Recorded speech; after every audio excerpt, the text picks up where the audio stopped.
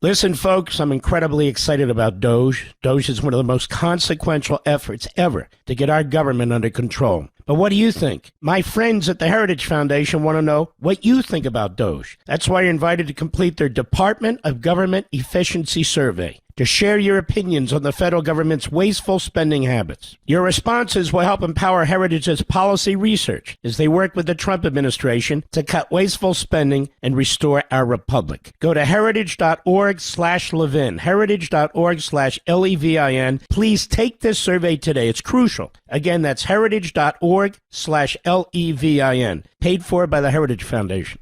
He's here. He's here. Now, broadcasting from the underground command post, deep in the bowels of a hidden bunker, somewhere under the brick and steel of a nondescript building, we've once again made contact with our leader, Mark Levin. Welcome, it is the Mark Levin Show. Ben Ferguson filling in for the great one. He will be back with you next week as he is in Israel right now. And we've got a lot to chat about tonight on the show. So I'm going to start by asking you a question. Do you believe that Iran should be able to get a nuclear... all right, let's try that again. Wow, let's try it. Mr. Producer's laughing at me. Here, we're going to just start that all over. Do you believe... that Iran should be able to have a nuclear weapon? Now, I ask that question in the context of the latest news coming out of Iran. Iran's supreme leader on obtaining a nuclear weapon, or nuclear weapons, plural. I want you to understand what he said. These are his words. This is Iran's supreme leader. Quote, "Death to America is not just a slogan, it's a policy."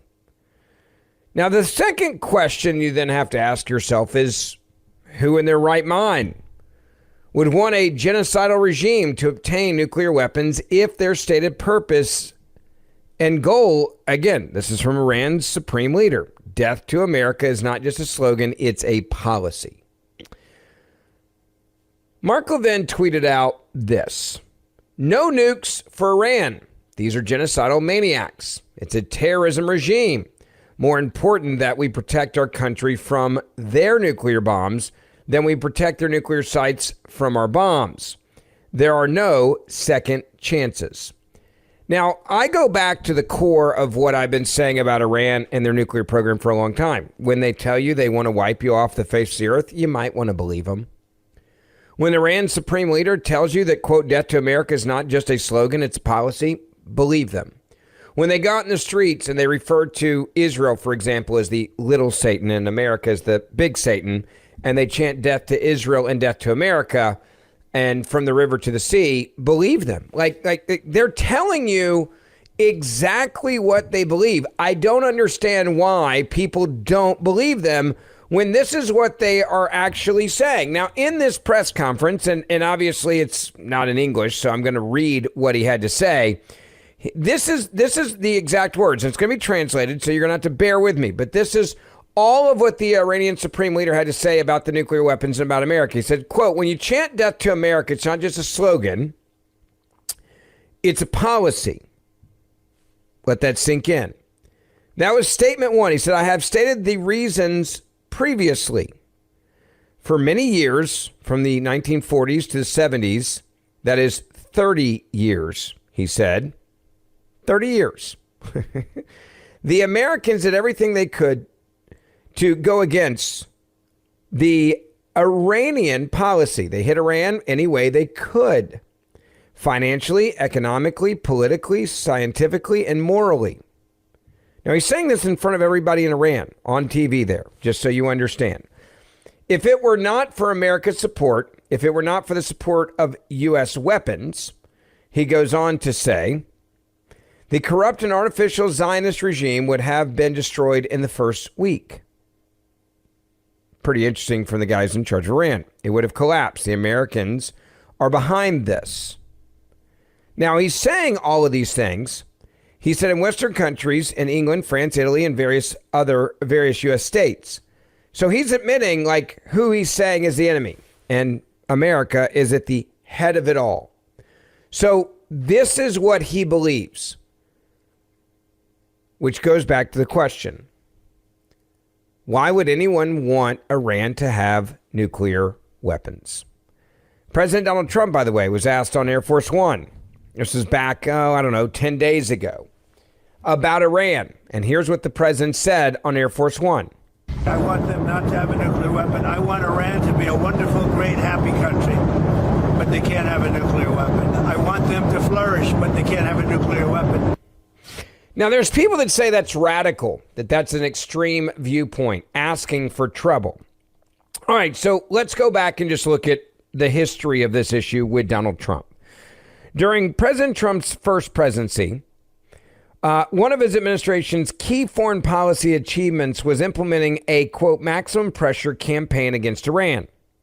By withdrawing from the 2015 Iran nuclear deal, which was, again, done by Biden and Obama, and that deal was a disaster. It gave them billions of dollars in cash. It allowed them to start up their nuclear program, in essence, and it allowed them to skirt sanctions like you wouldn't believe. It gave them a lot of money, which helped them get to where they're this close to a nuclear weapon now. Now, Trump reimposed the harsh economic sanctions that significantly reduced Iran's oil exports and strained its economy. This effort, quote, aimed to curb Iran's ability to fund and advance its nuclear program. The administration also increased U.S. military presence in the region and carried out strategic actions, most notably the targeted killing of Iranian General Soleimani in 2020, which signaled a strong deterrent stance. These actions were credited by some analysts and allies as preventing Iran from openly accelerating its nuclear weapons development during the Trump administration, his first term in office. Now, you look at Iran's response, okay? Iran's response to Trump's pressure campaign was met with obviously fiery rhetoric and threats against the U.S., including vows of, quote, retaliation and warnings of regional escalation. However, what happened? Well, despite the aggressive language, Iran largely avoided direct large-scale military confrontations and conflicts during the time that Trump was in office.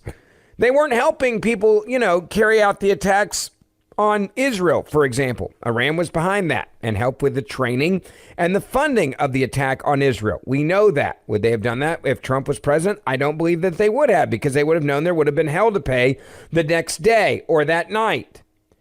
Now, some saw this as evidence that Trump's hardline approach was effective in deterring more severe provocations, or really, another way of putting it, as nuclear advancements altogether. Now, you look at what I just told you, and we go back to where we are now.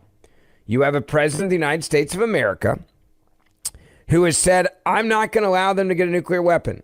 And now you have the media that's like, well, who are we to tell them that this is something that you can't do, right? Who are we to tell them? I look at this and I'm like, what insane person would believe that Iran should have nuclear weapons if their stated goal is to annihilate America and to annihilate Israel? They're saying their policy is destroy America. Well, if you have a nuclear weapon, you're much closer to being able to do that. Mark, on his TV show, Life, Liberty, and Levin, had a very interesting conversation 2 weeks ago about Iran and Iran getting a nuclear weapon and what that could possibly look like. I want you to take a listen to what he had to say and his guest as they had this exact conversation. To those, Udi Jasser, who say, well, it's Israel trying to drag us into a war. These warmongers, these neocons trying to drag us into a war. I guess Donald Trump is now a warmonger and a neocon and an Israeli. I don't know. But that said, aren't we really talking about the capacity to destroy some of our cities with intercontinental ballistic missiles? We don't have an Iron Dome like Israel has. We don't really have a system in place to systematically prevent hypersonic or at least intercontinental ballistic missiles from hitting our country. They don't need intercontinental ballistic missiles, which they've developed, to hit Israel. Those are intermediary missiles. These intercontinental ballistic missiles are intended to go 7,000 miles, 12,000 miles, however number of miles they need to go as they fully develop the technology and so forth. Why should we sit back, listen to this cabal who says, don't worry about it. Don't worry about it. Got the whole future of mankind at stake here, no? Absolutely. You know, listen, I was a Navy officer as a doc, and the last thing I want to see is fighting wars, unnecessary wars. But I will tell you, the warmongers are the ones that would allow Iran to get a nuclear weapon. The warmongers are the ones that would not actually try to prevent their nuclear armamentation. And that's what Obama was. That's what Biden was. The JCPOA, let me remind you, back from 2016, basically handed them billions that then under Biden, they funneled to Hamas to then basically allow a genocide against Israel, against the Jews, and commit the act of war of October 7. And then Israel has had to protect itself since then because Iran funneled money to Hamas and used that to spark more wars. So ultimately today, President Trump is annihilating Houthis because they are targeting our ships. So I'm sorry, if we sit back, they're going to attack us. We need to prevent wars by doing surgical strikes to prevent nuclear armamentation. And ultimately, their breakout time has decreased because of the Biden fecklessness. And we need to broaden that. And if we get them to the table, which I hope President Trump can do, it's all about disarmamentation, not about handing them money. We need to have maximum pressure, weaken their economy, because ultimately, Mark, the best anti-nuclear program will be to weaken their economy, because the reason the Iranian people are so pro-Trump and pro-America, because they saw their last revolution during the first Trump administration in 2017 happened when the economic spine of Iran was breaking. And now it's going to break again as we reimpose maximum pressure, and it'll allow the revolutions to happen. And we can step back, and just as long as we make sure they don't have nuclear weapons. As long as we make sure they don't have nuclear weapons. What a great idea. I look at what this president's doing right now. He's saying, I'm going to go back to exactly what we did last time, and I'm going to make sure they don't get nuclear weapons. And if you think they are going to get nuclear weapons while I'm president, you're wrong. You know, this is a president that stands up to people, and it usually works out to our advantage. Let me give you the breaking news.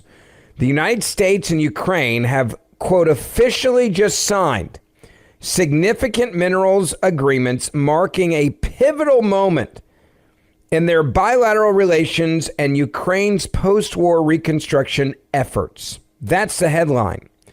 They're going to have a joint investment fund. The deal establishes the United States-Ukraine Reconstruction Investment Fund, a 50-50 partnership aimed at the developing Ukraine's vast mineral resources, including rare earth elements, oil, and gas. This fund is designed to attract global investment and support Ukraine's economic recovery. While the U.S. gains preferential access to Ukraine's critical minerals, the agreement ensures that Ukraine retains full control over its resources. The U.S. does not obtain automatic control or rights over Ukraine's mineral or gas infrastructure. So again, this is the president saying, hey, America's not going to be on the hook for all this money we keep giving you. If you think that you're going to just keep getting all this cash from us, you're wrong. Now, what we will do is we'll do a mineral rights deal with you, which is good for our citizens and your country. Here's the details which get Americans off the hook financially for Ukraine. There's revenue sharing. Ukraine will contribute 50% of future revenues from state-owned mineral resources to the joint fund. This arrangement is seen as a strategic move to intertwine U.S. financial interests with Ukraine's stability and growth. Now, there's also, quote, no security guarantees. The agreement does not include explicit U.S. security guarantees for Ukraine. However, Ukrainian officials view the economic partnership as a step towards deeper strategic alignment with the U.S.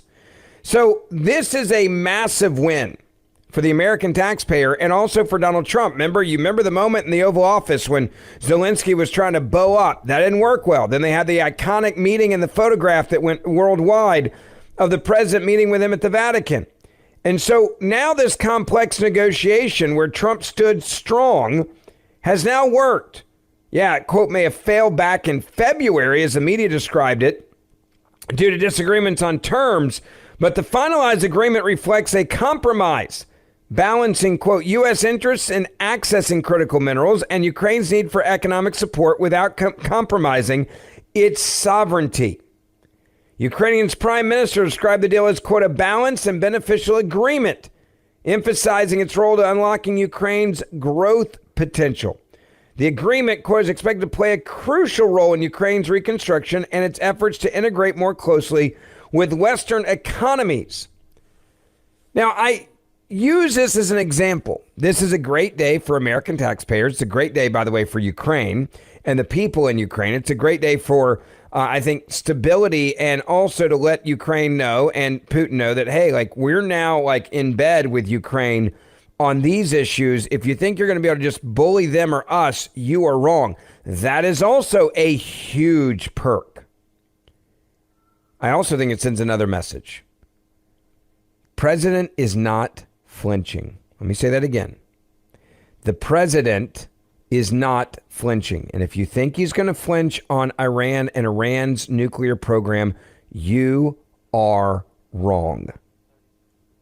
I want to get your phone calls in here. 1-877-381-3811. 1-877-381-3811. A big win for the president with this deal with Ukraine. It's also a big win for the citizens in Ukraine. I'll give you more on this coming up. Ben Ferguson filling in for the great one, Mark Levin. We'll be right back. Mark Levin.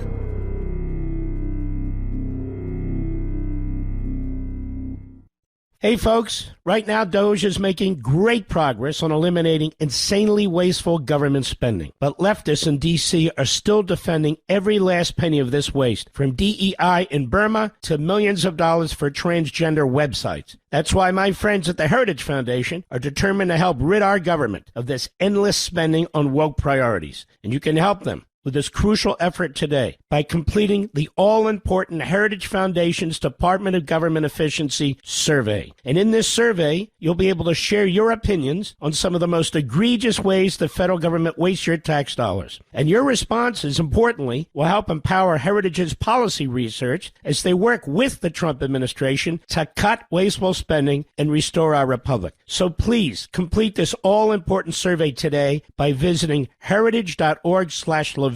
That's heritage.org/Levin, heritage.org/Levin. Folks, the D.C. establishment will do everything it can to resist spending cuts. But completing this survey today is an easy step you can take to support fiscal sanity. Again, go to heritage.org/Levin to complete your survey, heritage.org/Levin, paid for by the Heritage Foundation. All right, welcome back. It is Ben Ferguson filling in for the great one, Mark Levin. And 100 days into the Trump administration, one thing is for sure, this administration is now working on the issues of foreign policy in a very big way. Let me give you another example of what's happening with this administration. And Senator Marco Rubio, who's now, I'd say former Senator, Secretary of State Marco Rubio, was at the cabinet meeting that took place today. And he said this about the president and foreign policy. And again, when you're looking at what's going on with Iran, you look at what just got announced moments ago with this minerals deal with Ukraine. Rubio's saying, hey, like, we're getting it done, and we're getting it done pretty quickly, but we're putting America first. Well, it's not easy to go last after all these reports that have come here. First of all, it's Mr. So I better be good, and I'll be short as well. A couple things, Mr. President. I think you deserve a lot of credit for two things. The first is assembling this great team of people. Some of whom I've known for a long time, others who I've gotten to know during this period of time, but putting together a team, not just of talented individuals, but that work well together. It's something never going to be reported on in the media or fully seen, but it happens every single day. For the most part, I interact with almost everyone around this table at some level, and because of Secretary Kennedy, I'm afraid to eat anything. So in front of him, he said Tootsie Rolls are okay in moderation. But it's a great team. And here's the second, and I tell this to people all the time. This is incredibly rewarding service, and you hear it in everyone's voices. Traditionally, in the past, and it's one of the problems we got in as a country, is presidents would say, okay, let's go do something, and then they would have to do a study, and then a study on the study, and then a long internal deliberative process, and by the time you got to it, it was too late, or somebody had forgotten it. In this administration, it's moving. You know the direction, because you know why. I'm going to hit pause here. I'm going to come back, and I'm going to continue this. Ben Ferguson filling in for the great one, Mark Levin. We'll be right back.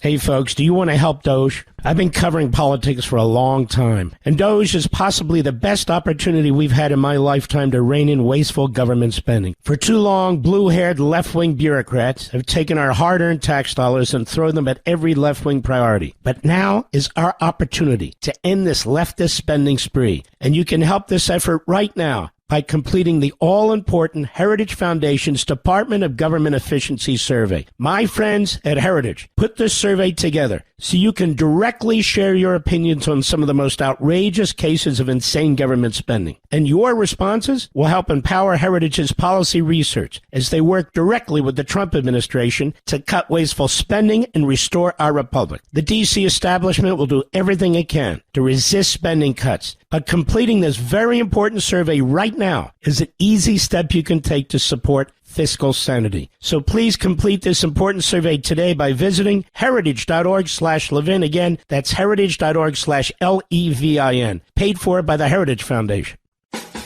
If the world seems so confusing, Mike will be glad to clear that up for you. Call him now at 877-381-3811. All right, welcome back. It is the Mark Levin Show. Ben Ferguson filling in for the great one. Will be back with you next week as he is in Israel right now. And I want to get some of your thoughts, your reaction to what we're talking about, which is foreign policy. And now the White House making it very clear they are not going to allow Iran to get a nuclear weapon. There's many in the media, many on the left. They're like, oh, this is dangerous. No, allowing Iran to have a nuclear weapon is dangerous. Having a foreign policy where a regime that has said that their stated goal is to destroy America and Israel and allowing them to get a nuclear weapon, that would be insane. And yet here we are actually having this debate. I want to get your phone calls, 1-877-381-3811, 1-877-381-3811. Now, let me go back to this. I want to play for you Secretary of State Marco Rubio and what Marco Rubio said about America's foreign policy under Donald Trump's leadership at the cabinet meeting, celebrating 100 days in office, now 101. And this is what Secretary Rubio had to say with the president sitting next to him in the cabinet room. Listen.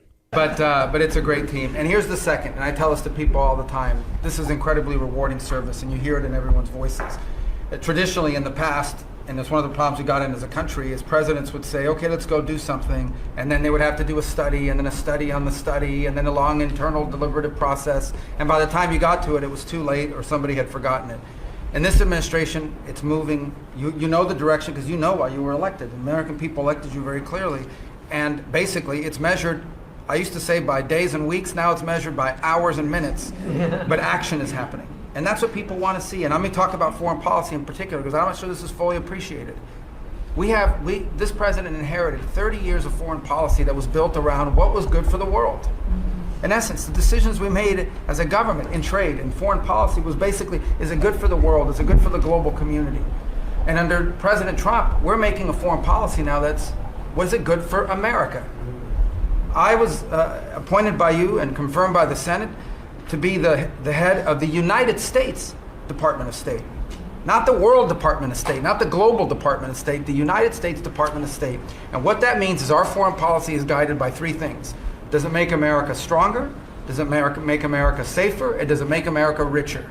If something doesn't do one of those three things, and hopefully all three of those things, we're not doing it. Now, we went out and hired a consulting firm to help us organize ourselves. Luckily, they were free. They're called the Department of Government Efficiency. And they helped us do a couple things. Number one is our foreign aid. We were funding some crazy stuff. Crazy stuff. You tell me, how does a puppet show in some country around the world make us stronger, safer, and more prosperous? So we got rid of puppet shows and a bunch of other things. I'm sure there were very good puppet shows. And I'm sure that a bunch of charities in the world can go pay for it, but the American taxpayer should not. We've also, by the way, Mr. President, under your direction, reorganized the Department of State. We had offices within offices within offices that didn't even know they existed themselves, not to mention the rest of them. And so we've begun to reorganize that as a way to be able to empower our embassies and our ambassadors and our regional bureaus to do what many of them signed up to do. We have a great team of ambassadors you've appointed. They're coming online every single day. Very talented people that are involved. Something else we got out of the business of, well, it wasn't widely reported, or maybe it was. We had an office in the Department of State whose job it was to censor Americans. And by the way, I'm not going to say who it is. I'll leave it up to them. There's at least one person at this table today who had a dossier in that building of social media posts to identify them as purveyors of disinformation. We have these dossiers. We are going to be turning those over to these individuals. We can follow up with the media. Well, we are going to turn over these dossiers to the individuals, and they'll decide whether they want to disclose it or not. But just think about the Department of State of the United States had set up an office to monitor the social media posts and commentary of American citizens to identify them as vectors of disinformation, when we know that the best way to combat disinformation is freedom of speech and transparency. And so that's what we're going to be in the business of doing. We're not going to have an office that does that. Beyond that, Mr. President, and this I'll move quickly because this has been a team effort, we have gone to countries all over the world and said, hey, you want good relations with the United States, you need to take back your people that are here illegally. And we've had historic cooperation. Beyond that, and I say this unapologetically, we are actively searching for other countries to take people from third countries. So we are actively, not just El Salvador, we are working with other countries to say, we want to send you some of the most despicable human beings to your countries. Will you do that as a favor to us? And the further away from America, the better, so they can't come back across the border. I'm not apologetic about it. We are doing that. The president was elected to keep America safe and to get rid of a bunch of perverts and pedophiles and child rapists out of our country. Here's something else we've done. We stopped giving student visas to people who are coming here to burn down our universities and take over libraries and harass people. Why are we giving student visas to people who are coming here to create disruption? And we've taken away the student visas of people that have come here to do that. It's simple. If you're coming to America to start riots, we're not going to give you, we're going to take away your student visa. And by the way, every country in the world that I traveled, 14 countries in 14 weeks, you know what they all say to me? Yes, that's what we would do too. So the only people who seem to disagree with us are a handful of federal judges and a bunch of crazy people who get paid to write and report. So anyway, we're getting rid of that. The last, but now here's some good news. We're going to have the World Cup, the FIFA World Cup, the FIFA Club Cup, and then we're going to have the Olympics. So we have to have a Consular Affairs Bureau. We have very good, talented people there, but we are going to infuse technology, again, working with our consultants, to be able to, millions of people are coming into this country for this. And but we've done it to improve customer service. For some of us who served in Congress recognize that about a year and a half ago, we had a meltdown under Biden. You couldn't get a passport. You have people calling, I have a cruise on Friday, my passport expires. In the month of March, we processed 2.78 million Americans, their passports.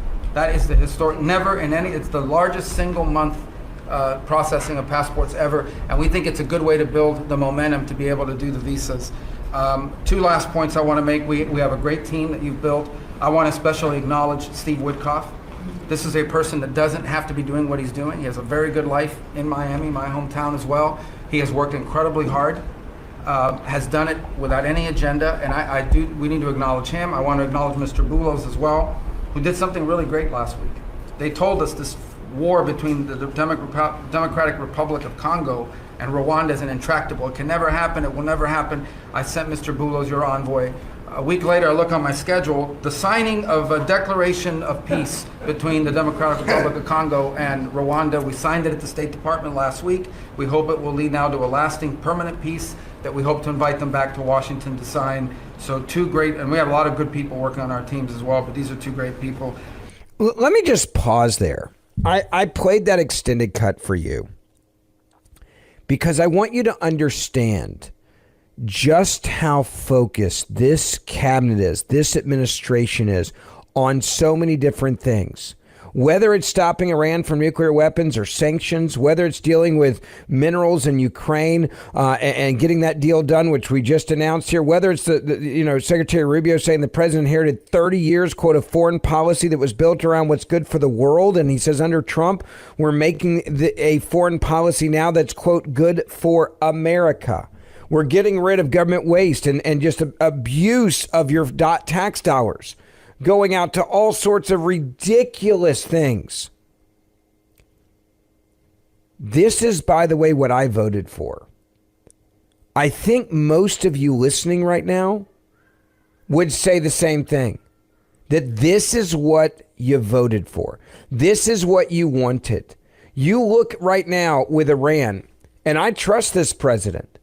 I think this president's made it clear. We are not going to allow for a nuclear weapon to ever be in the hands of Iran as long as I'm the president. Mark Levin, earlier today, put out a video in Jerusalem warning the world about this issue.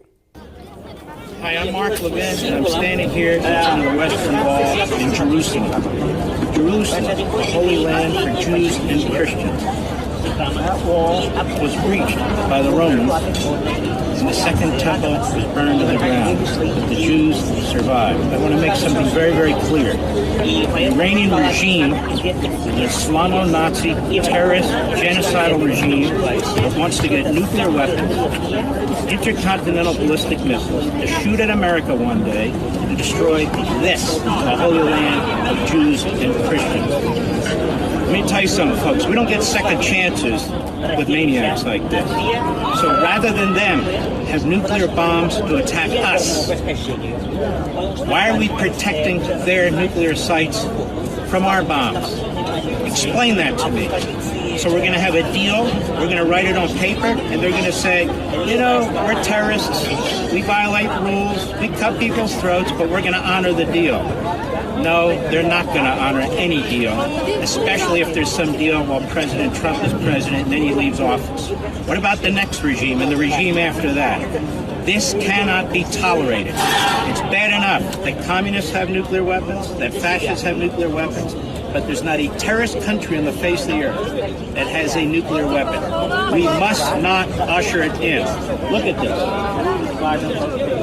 Look at this in honor of the men and women who have died here. This cannot stand. And I say that as an American who's concerned about what happened on 9/11 and in other times when we've been attacked by these terrorists too. They're here. They're in this part of the world, right here. And now they're vulnerable. We're going to wait till they have nuclear weapons and then wring our hands about it and say, what are we going to do about it? I don't think so. America, it's time to speak out. It's time to rise up. Stop the Iranian nukes. Now is the time. God bless you all, and I'll see you soon. Mark at the Western Wall in Jerusalem, warning the world that Iran must never get nuclear weapons, period. 1-877-381-3811, 1-877-381-3811. I want to get your phone calls in here. I want to get your reaction to all of this. And again, this goes back to a core issue. The president has made it clear. The only solution is that Iran is completely dismantling its program. And we should do it, by the way, for him. For them, I should say. Because a nuclear Iran is a direct threat, not just to our friends in the Middle East, not just to Israel, not just to our allies over there, but to every American, because they've stated what they want to do. Believe them when they tell you they want to destroy you and kill you. Believe them. Ben Ferguson filling in for Mark Levin. We'll be right back. Mark Levin.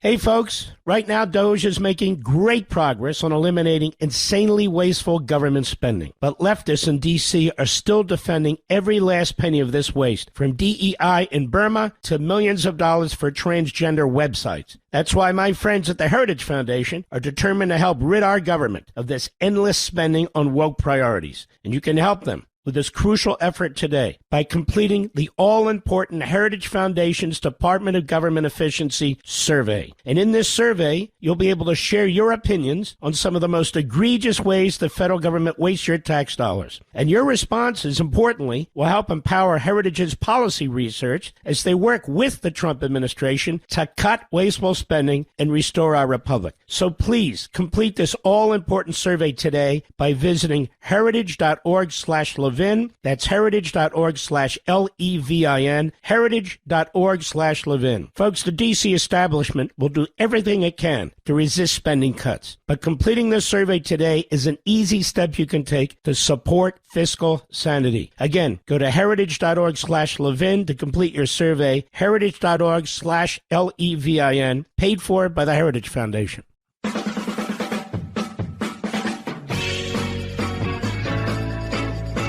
All right, welcome back. It is the Mark Levin Show. Ben Ferguson filling in for the great one. Iran's crown prince says he's ready to lead the transition to, quote, democracy after the military regime is removed from power in Iran.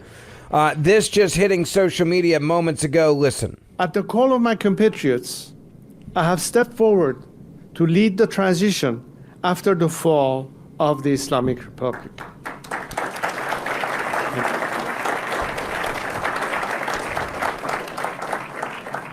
When I did so, I stepped forward not just to lead Iran to democracy, but to lead its return to prosperity.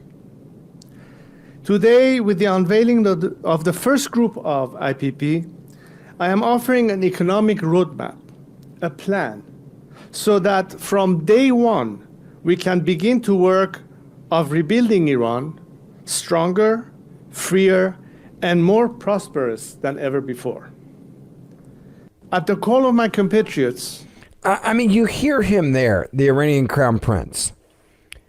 He's basically saying, if you can shut off the money and have the sanctions not be, worthless as they were under the Biden-Harris regime, then you can allow for the people to stand up to the regime in Iran. Tom Cotton talking about this as well, the senator saying this about where we are now and what has changed. And a lot has changed because we have a different policy now. The Obama-Biden, Biden-Harris policy of coddling these ayatollahs and giving them money and allowing them to sponsor terrorism, like those days are over now. Thank the Lord. Well, Hugh, you're right about everything you just cited. That's all open source information, and I believe the White House has acknowledged it's specifically in the region to support our strikes against outlaw rebels in Yemen, who are simply another terrorist proxy of Iran, and to deter Iran and to continue what the president calls the maximum pressure campaign. This is all very transparent from President Trump. He's been very clear. He said it repeatedly. We cannot allow Iran to have a nuclear weapon. And he's further said that there are two means to achieve that goal. And he's open to either means. He prefers a deal like Libya cut with the United States in 2003. But if there's no deal, there will be bombing. I think that's an exact quote. There will be bombing. But his main objective, which is, of course, mine and the objective of every sensible American and someone who wants peace and stability in the world, is that we cannot let crazed ayatollahs in Iran have nuclear weapons. Amen. Like, this shouldn't be, by the way, some crazy novel idea. You put maximum pressure campaign, you drive Iranian exports into the ground, and then you end all paths to nuclear weapons, and you say, we're going to actually have the sanctions on you.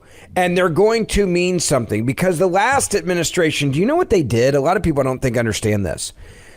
They knew that they were getting around the sanctions. They had these, what if you call them, basically ghost fleets and ghost oil. We knew it was being sold, and much of it was going to China at a discount, but the billions of dollars were flowing in. Okay, like the billions of dollars that Iran needs to prop up their regime were flowing because we had sanctions, but they were worthless. They weren't actually implemented. They weren't imposed. They weren't enforced by the last regime, which goes back to why Iran's supreme leader on obtaining nuclear weapons says, quote, death to America is not just a slogan, it is a policy. Do I support military action if we have to bomb these sites? Hell yes. Do I believe that you could ever trust Iran with a nuclear weapon? No, I do not. Now, the media is going to tell you that this policy that I just described, this policy of making sure they don't get Iran, means that, well, you guys are a bunch of warmongers, right?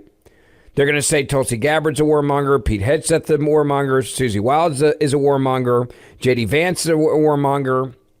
They're going to say that Marco Rubio is a warmonger because all of these people are in favor of holding Iran accountable for their actions. That's what they're going to say. That's how they're going to spin this. So understand that. I also want to remind you that when President Trump took aggressive action on Iran, do you remember what the left said when he ordered the killing of Soleimani, the commander of Iran's most elite military unit? Do you remember what they said? They said that Donald Trump was going to get us into, quote, War III. Do you remember that? Yeah, guess what? That didn't happen. They were lying to you then, and they will lie to you this time. Ben Ferguson filling in for the great one. We'll be right back. This segment of the podcast is exclusively sponsored by Pure Talk. Pure Talk offers great coverage and can save your family money on your wireless bill every single month. Go to puretalk.com to find the plan that's right for you. Thank you again for listening, and thank you so much for this sponsorship, Pure Talk. He's here. He's here. Now, broadcasting from the underground command post, deep in the bowels of a hidden bunker, somewhere under the brick and steel of a nondescript building, we've once again made contact with our leader, Mark Levin. Hour 2, Mark Levin Show. Ben Ferguson filling in for the great one. It is so nice to have you with us. Mark will be back with you coming back from Israel with a lot to tell you about next week. So it's always an honor and a pleasure to be filling in for the great one. All right, so let me just go ahead and give you the straight up warning on what's happening right now within the Democratic Party. They are in disarray. We've talked about that before in the last several days, like who's in charge of the party? What do they believe in? Where are they going? Is there a civil war in the Democratic Party? You could answer all of these things kind of with like a yes, yes, and a yes. But it's more complicated than that now because the Democratic Party is actually, for all intents and purposes, dead. It is a party with Marxists and Socialists and Communists who are now coming out of the closet. And they're like, screw it. That's like who we are. When you look at other countries that are run by dictators and communists and socialists, what is one of the things they do? They turn their court system into a kangaroo court. It gives them always what they want. And it does whatever the leader says to do, whether it's Iran, whether it's Afghanistan, whether it's Russia, whether it's Cuba, Venezuela. It doesn't really matter. Mexico's a great example of that. Like they're all kangaroo courts. It's a joke. There's no real justice there. The courts don't stand up to their leaders. It is a figurehead position at best that does whatever the hell the regime or the dictator, the tyrant tells them to do. That's it. What we're witnessing right now with activist judges, I do believe shows you just how many communists and socialists have worked their way into our court system through Democrats who knew what they were doing when they appointed them or when they ran for office, depending on what position they are in. I'm going to give you an example of this. And I actually think right now that this is probably the biggest threat that we have to freedom and democracy. And we witnessed it when they were going after Donald Trump. We saw the weaponization of the deep state of the FBI, the DOJ. We saw how these organizations then went and made sure they filed lawsuits in areas and places where they knew what the court was going to do, very much like communists and socialists and dictators do in their countries, right? They go to where they know they're going to get a yes, or they go to where they know they're going to get a no on whatever the issue is, depending on what they need. And there's no real debate. It's all a kangaroo court. It's all fixed beforehand. Well, we now have even more of an example of how rogue these judges are willing to go and how much of an activist they're willing to be in this resistance to the American people and their decision on Election Day. Now, every American, whether you're Democrat or Republican or independent, nonpartisan, should be offended by what is happening right now. Like, you should be enraged by the fact that these judges believe that they should be able to just shut down what you voted for, what you believe in. Because, look, we go in, like, there's ebbs and flows, right? What happened? Jimmy Carter gave us Ronald Reagan gave us Bush gave us Clinton gave us Bush, Bush gave us Obama. Obama gave us Donald Trump gave us Joe Biden gave us Donald Trump. Like, there's consistency here. And this is why it's so important that our court system is not political and that there is precedent in the law and that the law is interpreted without political bias. Because when you start infiltrating the court system with these radicals, and look, if a radical gets elected in America by the people, then I'm actually good with it. Okay, like I am. I mean that sincerely. I'm fine with it, as long as it's the will of the people. AOC is a great example of that. Ilhan Omar is another example of that, right? Like there's some radicals that get elected. The crazy senator from Hawaii. The list goes on and on. If Democrats in California, for example, like Gavin Newsom destroying their state, then knock yourself out. Like that's freedom.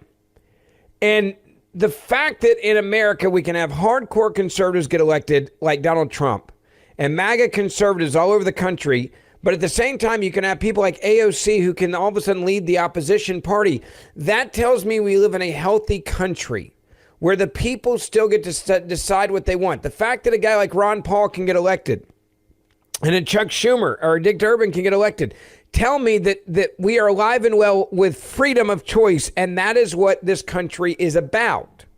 When you have these activist judges that we're watching and witnessing right now who are doing radical things way outside the scope of the law, and they're not even abiding by the law when they're supposed to be the ones that look at the law and say, was the law broken? You understand just how deadly it can be to our country, to our freedoms, when these people get on the bench. I'm going to give you the newest example. A Biden-appointed judge blocked Border Patrol from arresting a suspected illegal aliens without warrants. The United States District Court Judge, Jennifer Thurston, appointed to the U.S. District Court for the Eastern District of California by former President Joe Biden, is blocking Border Patrol agents across most of California from arresting suspected illegal aliens unless they have a warrant for their arrest. So in other words, if they're an illegal immigrant, you can't go arrest them even though they're breaking the law. You have to have a warrant for something else. Otherwise, no, I'm not going to let you do your job. This is activist judging 101. Thurston issued a preliminary injunction this week that prevents the Border Patrol agents in California's Eastern District, the largest, by the way, judicial district in the entire state of California, from carrying out arrests of suspected illegal aliens without a warrant and halting such arrests unless agents have a, quote, reasonable suspicion the suspect is an illegal alien. In other words, this is lawfare. I'm a liberal judge. I'm going to tell the federal government and those that are in charge with protecting us from illegal immigrants, those that are violent criminals, I'm going to tell them they can't do it in California. We're not open for business here. Screw you, go away. Quote, indeed, the evidence before the court is that the Border Patrol agents under the Department of Homeland Security Authority engaged in conduct that violated well-established constitutional rights, the judge wrote. Border Patrol, by the way, is enjoined from conducting detentive stops in the district unless pre-stop the detained agent has reasonable suspicion that the person to be stopped is a non-citizen who is present within the United States in violation of U.S. immigration law. As required by the Fourth Amendment of the United States Constitution, the judge went on to write. There was also this. Border Patrol is enjoined from effecting warrantless arrest in the district unless pre-arrest the arrest agent has probable cause to believe that the non-citizen being arrested is likely to escape before a warrant can be obtained as required by 8 U.S.C. 1357A-2. Now, you look at this, and in addition to this activist judge who is requiring the Border Patrol agents to, quote, document in narrative form all arrests of illegal aliens made without a warrant with facts, quote, that supported the agent's reasonable suspicion, which was formed in advance of the stop. So all this has to be done in advance. This is basically setting you up for failure. How can you do this in advance? It doesn't make any sense. Now, it makes a lot of sense if you're trying to protect illegal immigrants, and that's exactly what this judge is clearly trying to do.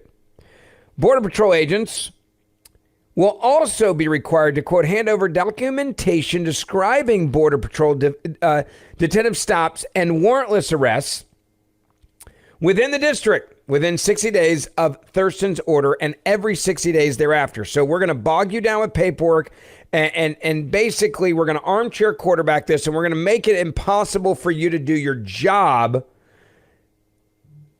with these new rules. The United Farm Workers, by the way, represented by the ACLU, had sued Donald Trump's Department of Homeland Security after Border Patrol agents carried out arrests across California of suspected illegal aliens that were working on the farmland. The lawsuit claimed that the Border Patrol agents conducted a nearly week-long sweep through predominantly Latino areas of Kern County and the surrounding region to stop, detain, and arrest people, quote, of color who appeared to be farm workers or day laborers, regardless of their actual immigration status or individual circumstances. So in other words, they're saying California, like, we know that we're harboring a whole bunch of illegal immigrants, and we know that you know where they are, and you're not stupid, but we're going to say that you're profiling them so you can't do it, so you can't arrest them, so therefore we're not going to work with you, and so you're going to allow these illegal immigrants to continue to take jobs for American workers, and we're going to allow them to continue to have safe haven here in California, and there's not a damn thing you can do about it, so deal with it. That's what this judge just said. You want to know what the biggest threat is right now to this country from within? It is these judges. It's not what the law says. She's making up law as she goes. All right, let me rephrase that. This judge isn't making up law. She's just making up rules as she goes. She's saying, I'm playing defense on behalf of the illegal immigrants. This is no different than the other judges we've talked about, where one of them was literally protecting an illegal immigrant and destroying a cell phone of a illegal immigrant and getting the illegal immigrant out the back door so that the illegal immigrant wouldn't be arrested. That's a judge. That's an activist judge. That's a radical judge. These are the stories. There's also another narrative here that illegal immigration is somehow a crime that really shouldn't even be looked at as a crime, and it's a, quote, victimless crime. Tom Homan addressing that issue at the White House press briefing room. Listen carefully to his words. The morale of ICE and Border Patrol is at all-time high because they're getting to uphold the oath they took, and they're enforcing the law. Border Patrol and the Biden administration, I met with hundreds of them. They felt like Uber drivers and tourist agents. These men and women joined the ranks of ICE and Border Patrol to enforce the law, make the community safer, and protect national security. I hear it all the time. There's a lot of people in this country who don't like me. I don't care. But when I walk through an airport, I have many people walking up to me and thank me for what I'm doing, and I'm not taking credit for anything. The success of the border and immigration enforcement is President Trump and the men and women wearing that uniform. God bless each and every one of them. But I take a pleasure in seeing it because in 40 years of doing this job, people always want to say, why are you so emotional when you testify? Why are you so emotional on network? Because if they wore my shoes for 40 years, they'd understand why I'm emotional. I've talked to little girls as young as 9 years old that were raped multiple times by the cartel members. And when you get to your knees and you talk to that little girl and everything innocent and pure has been ripped from her, when you listen to the Laken Riley, 17 minutes, that young lady fighting for her life. Don't just think, okay, a young woman died. Think of how she died, the terror that she went through, and these children that are sexually assaulted. I stood in the back of a tractor trailer and 19 dead people at my feet that baked to death. Illegal immigration is not a victimless crime. And so every sick person we take off the streets, especially child rapists, it makes this country much safer. Every illegal alien we arrest, public safety threat, one at a time, makes this country safer. I mean, you hear what he's saying there. And he says, when you guys think on the left and the media that this is a victimless crime, you are wrong. I look at all these people in the face and I see it each and every day. You are wrong. I have to deal with this every single day. You are wrong. I witness and sit down and talk to these people who are victims. You are wrong. And these judges are not judges.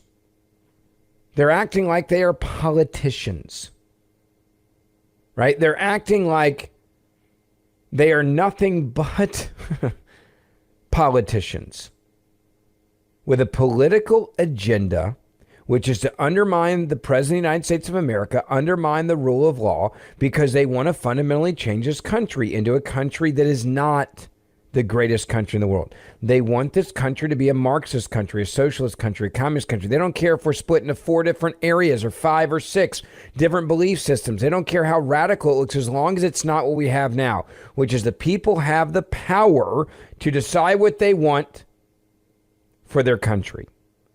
They want to dictate to you. They want to make sure that you bow down to them, not the other way around.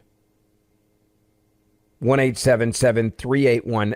1-877-381-3811. Ben Ferguson filling in for Mark Levin. Don't forget, follow me on X, at Ben Ferguson Show on X. I'll read your comments on the air. Also on Instagram, Ben Ferguson Podcast. And if you haven't ever grabbed my podcast, I'd love for you to do it. I do it every day, the Ben Ferguson Podcast. And also I do another one called the 47 Morning Update. It's the 3 biggest stories coming out of the White House every single day. So grab them during the break. More after this. Mark Levin.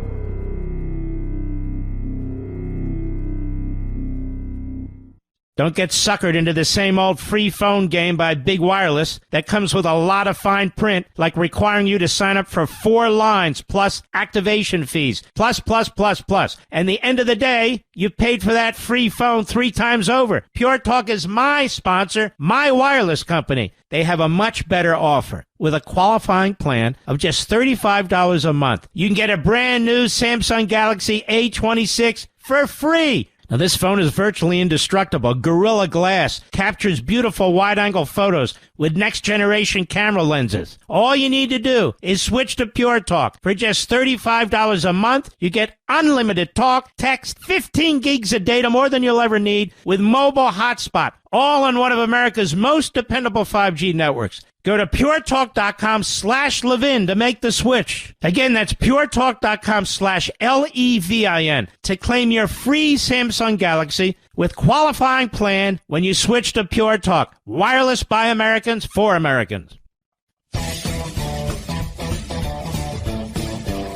right, welcome back. It is the Mark Levin Show. Ben Ferguson filling in for the great one. I'll be back with you next week. I want to get to some of your phone calls. 1-877-381-3811. 1-877-381-3811. You can also tweet at me at Ben Ferguson Show. Follow me on Instagram as well, at Ben Ferguson Podcast. Jay in Virginia, welcome. You're on the Mark Levin Show. Ben Ferguson with you. Hi. Hey, Ben. First off, just want to say, you and Mark Levin and the team, y'all are true American patriots, and I just want to thank y'all for what you do. Dude, thank you so much, and thank you for listening. We appreciate it. So I called in, first-time caller, but just so happens in the previous week, today you were speaking on Iran, and I had the opportunity of working with a lot of great people with my job and traveling quite a bit. Last week I attended a conference with one of my coworkers who happens to be a former Marine. He served 2 tours in Iraq back in the back when we went to war with them. And, after happy hour and a few drinks, he started to share some war stories, and then we got into conversation. And what we talked about was, one of the questions I posed to him was, through your experience, who is our biggest enemy? And right away, his demeanor changed, and he said, Iran hates us. They hate us so bad. They hate us as much as they do Israel. So I wanted to follow up. He went on to say, the mainstream media does not cover that to the extent of which he believes they should. But he said, a former Marine is telling me this with combat experience that, hey. Well, Jay, let me just say, by the way, I actually believe what you're saying. And you don't have to believe him, though. Just look at Iran's supreme leader. Death to America is not just a slogan, it's a policy. Saying it in the last couple of days. That's what he said in the last 24 hours. Death to America is not a slogan, it's a policy. When they tell you they want to kill you, believe them.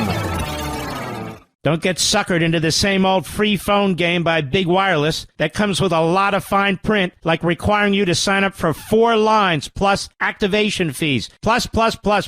And the end of the day, you paid for that free phone 3 times over. Pure Talk is my sponsor, my wireless company. They have a much better offer. With a qualifying plan of just $35 a month, you can get a brand new Samsung Galaxy A26 for free. Now, this phone is virtually indestructible. Gorilla Glass captures beautiful wide-angle photos with next-generation camera lenses. All you need to do is switch to Pure Talk. For just $35 a month, you get unlimited talk, text, 15 gigs of data, more than you'll ever need, with mobile hotspot, all on one of America's most dependable 5G networks. Go to puretalk.com/Levin to make the switch. Again, that's puretalk.com/LEVIN to claim your free Samsung Galaxy with qualifying plan when you switch to Pure Talk. Wireless by Americans for Americans.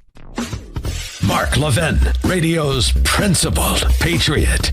Call in now at 877-381-3811. All right, welcome back. It is the Mark Levin Show. Ben Ferguson filling in for Mark. He'll be back with you next week as he is in Israel right now.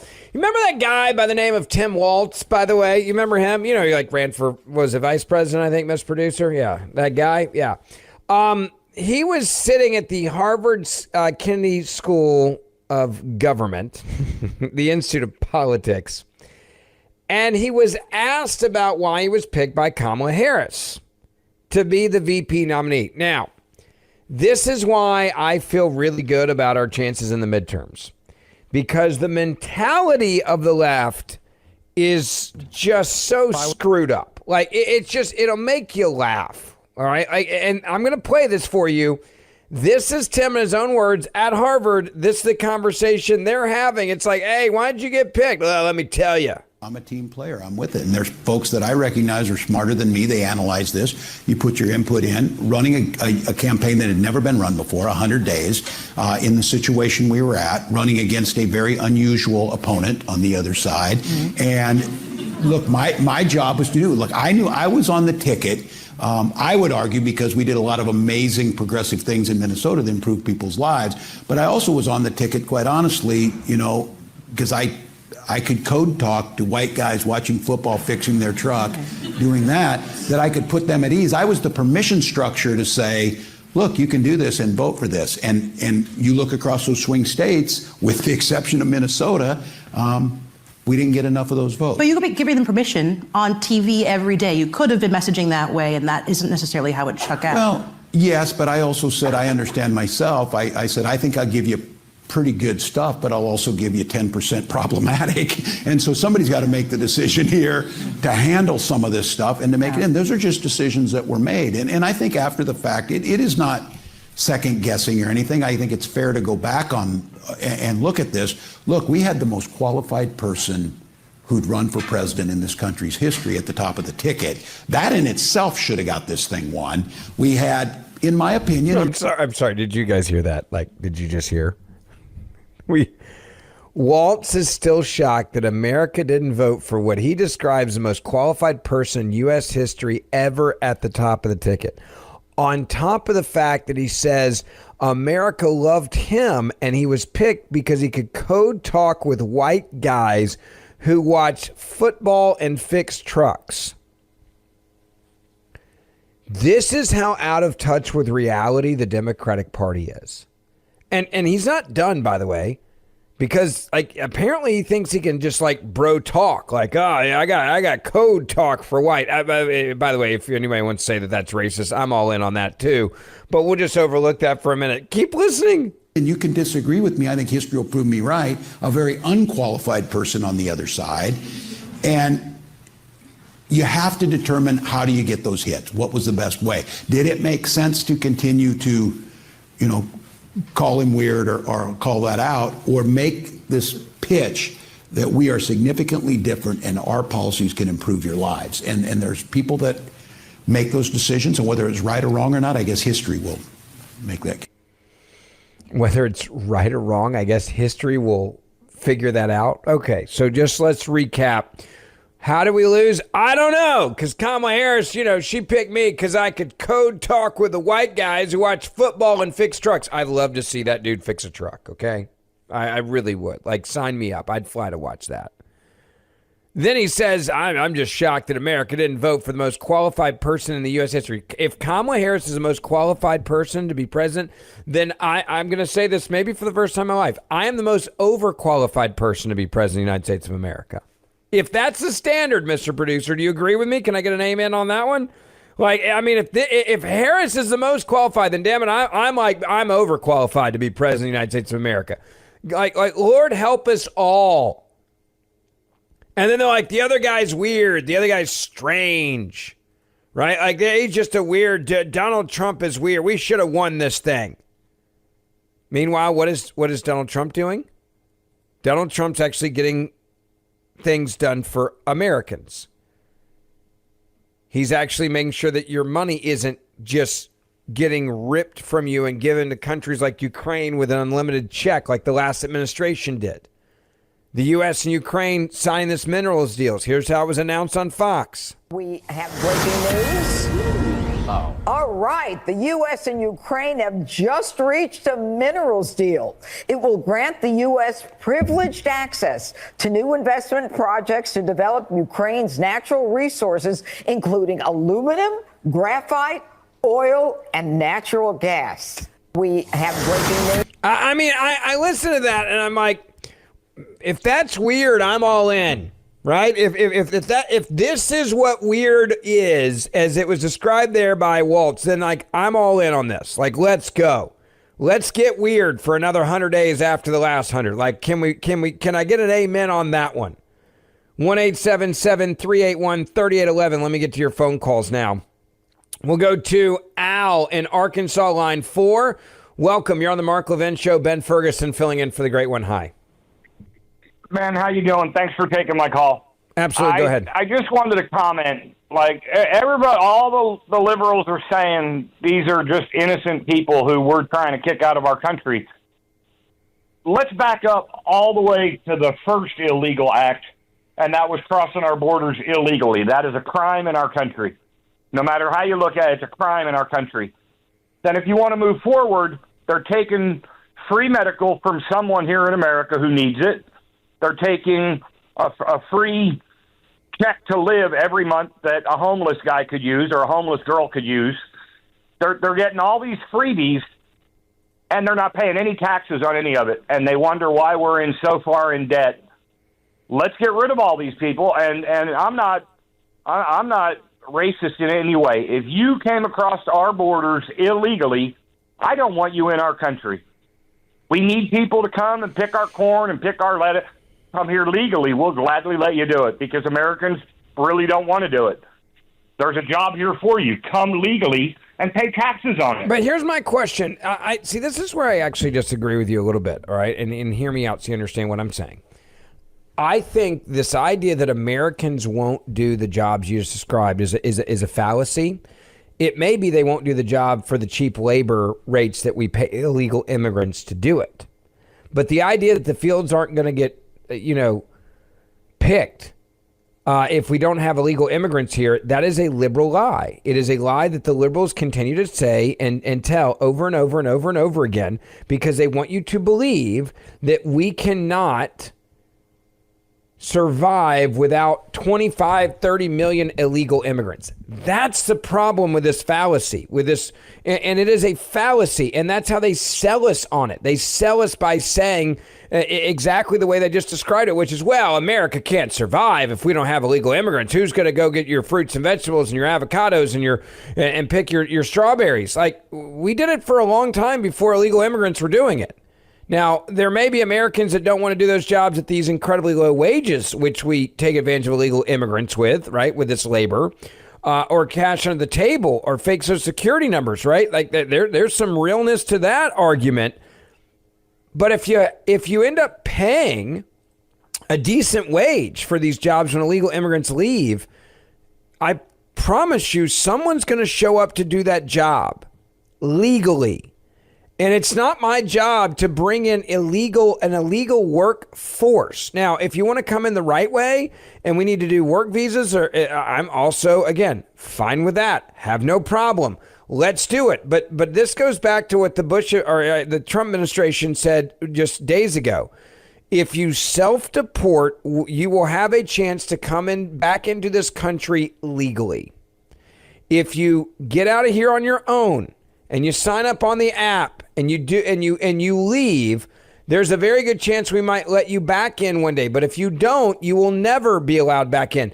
That is a decisive plan that I can also get behind.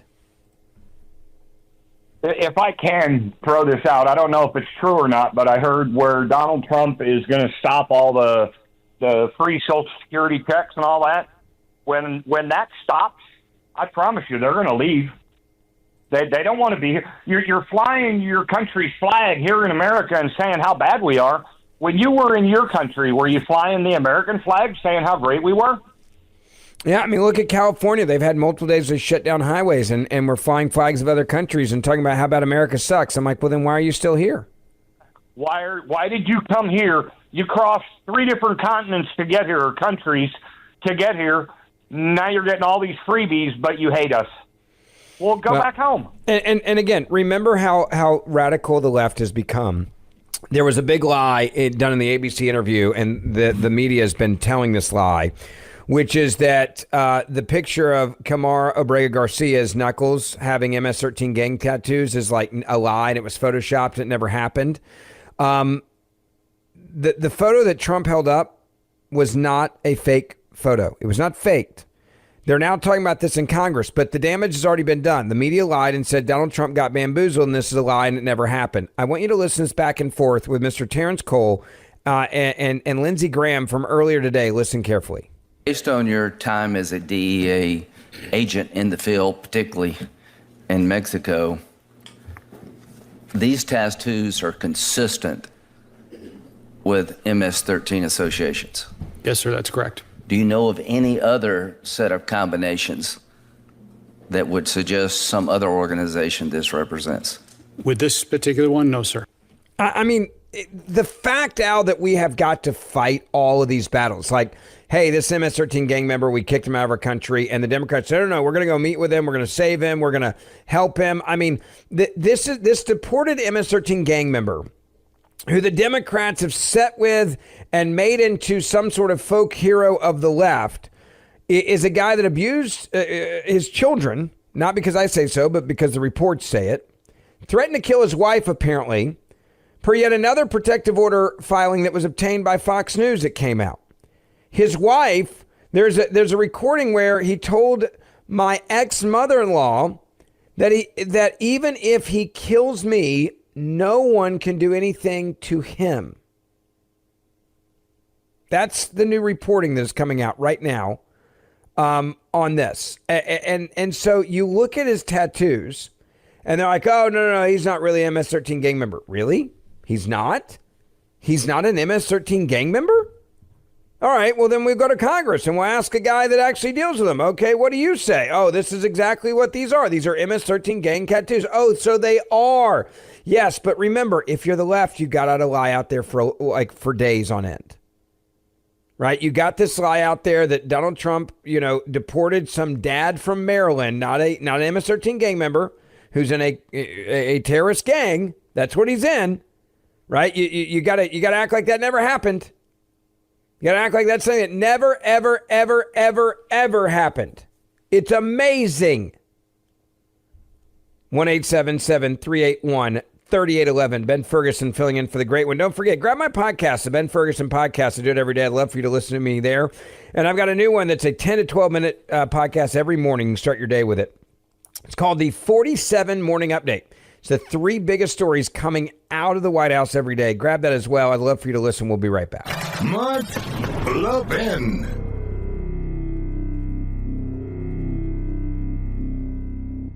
Don't get suckered into the same old free phone game by Big Wireless that comes with a lot of fine print, like requiring you to sign up for 4 lines plus activation fees, plus.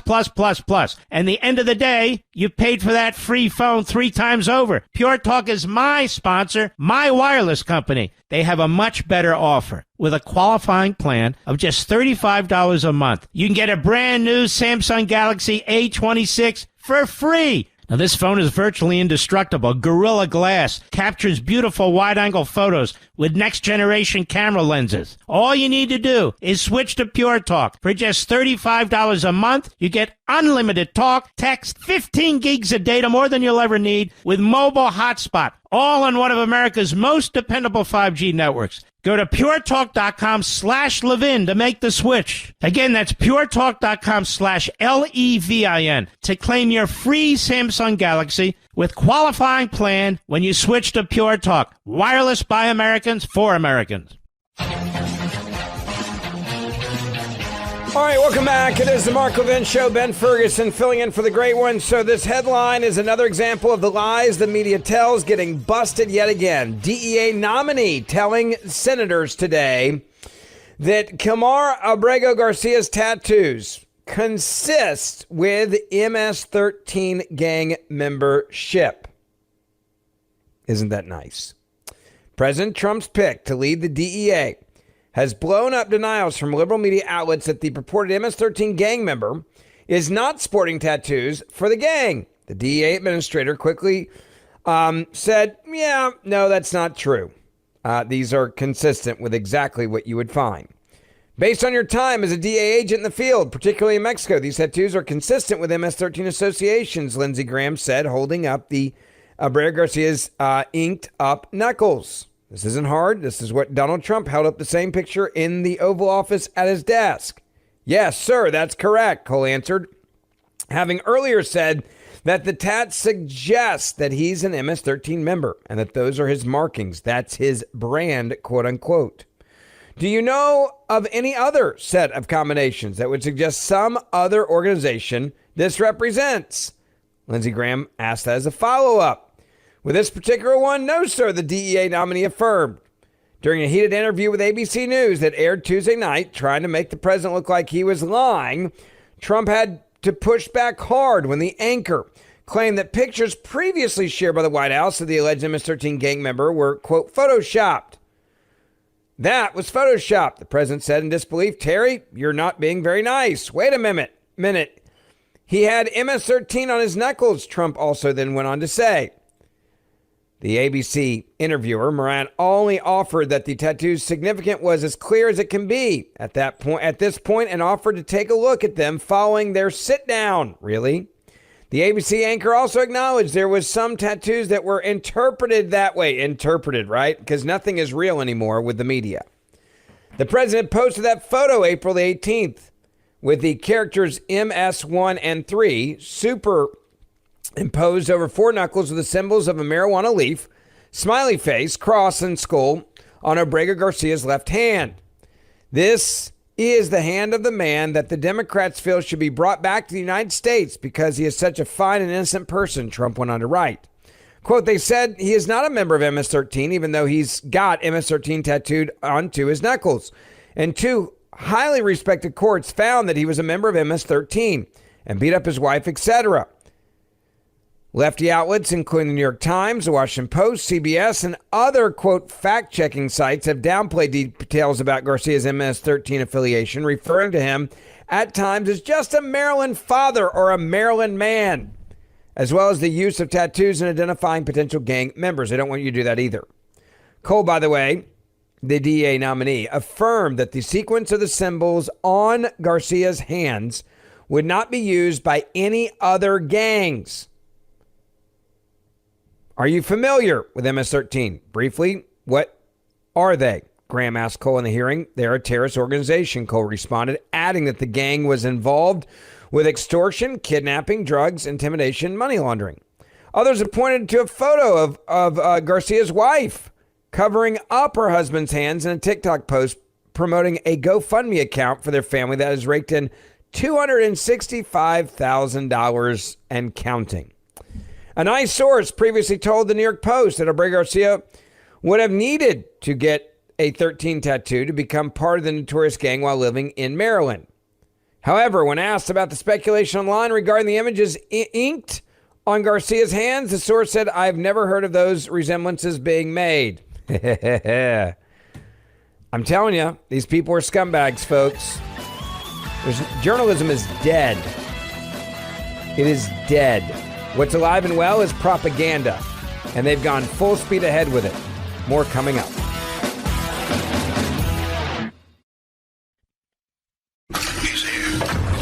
He's here. Now, broadcasting from the underground command post, deep in the bowels of a hidden bunker, somewhere under the brick and steel of a nondescript building, we've once again made contact with our leader, Mark Levin. Hour 3, Ben Ferguson filling in for the great one, Mark Levin. It is so nice to have you with us tonight, and we've got a lot to chat about, including DEA nominee telling senators that Kilmar Abrego Garcia's tattoos are in fact consistent with MS-13 membership. Yet again, blowing up the narrative by the left that it was a Photoshop or a fake picture that the president showed the country about those knuckles and the tattoos on them. It is truly amazing to me just how far the left will go to lie and to try to deceive you about what is actually happening just so that they can try to undermine the president of the United States of America. Also, we're getting some new word on... We're getting some new word now from Trump advisors on the latest economic data. They say is actually not as bad as the media is trying to put it out to be. Peter Navarro on CNBC earlier saying this about where we are when it comes to tariffs.